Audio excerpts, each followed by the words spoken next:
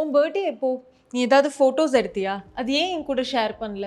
இதெல்லாம் எப்படி நம்ம இங்கிலீஷில் சொல்லலான்னு பார்க்கலாம். ஃபர்ஸ்ட், உன் பர்த்டே எப்போ அப்படிங்கும்பொழுது எப்போ அப்படின்னா when. When is your birthday?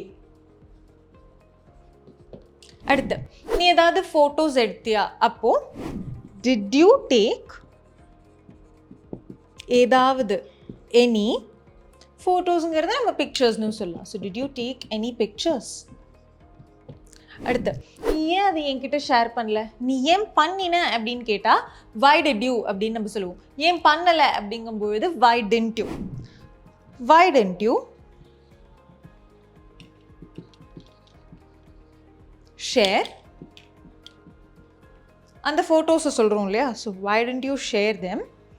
என் கூட ஏன் அதை ஷேர் பண்ணல வித் மீ.